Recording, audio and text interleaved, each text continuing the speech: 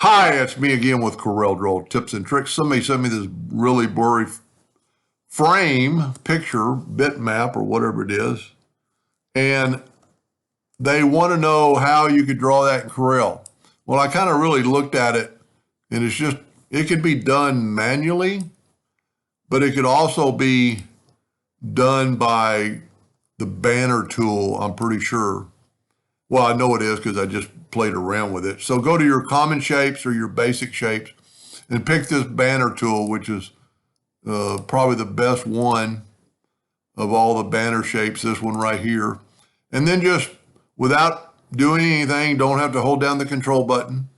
Just kind of make it your own size. And then let's Control D and make a duplicate. Well, tell you what, before we do that, let's make this something relatively easy to move, so it's 10 inches. We're going to set our nudge factor to 10. We're going to hit the plus key, but then we're going to mirror it. And look at that. Now, to continue that, just put the Control D and move it over twice. Let's go and do it one more time. You just probably want these sharp spots at the edge up top. Take your virtual segment delete key and just scratch a line through there. Now, these are 6 different objects, but if we take the Smart Fill tool and fill that in, we have a new object, and it's all solid. Now, I would left click, right click. I'm going to Control D to make a duplicate, and I'm going to rotate it 90 degrees. And then I'm going to take, so that's pretty good, but we're going to have some jagged edges right here. So let's try,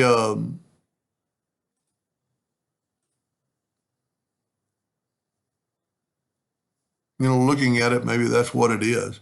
So we're just going to go with that. You could blend that out, but you just need to put that one node right on top of that other node.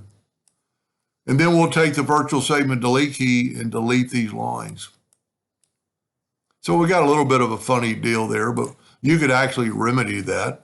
Now take the Smart Fill tool again and fill it in. Move it out of the way.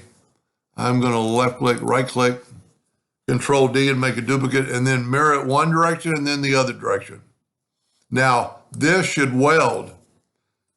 We can just take the whole thing and weld it. It welded pretty good, except for it didn't get those two little parts that you could actually probably leave in there if you could get them to do it on all 4. Now, Smart Fill tool again, because we've got, well, you don't really have to since we welded it, but I always take the Smart Fill tool and fill it in and then move that out of the way, and that way you know for sure you've got a great border. Now, I said I didn't like the corners, but they're pretty good. And what you could do, and it's way too big for the page, so I'm going to lower it.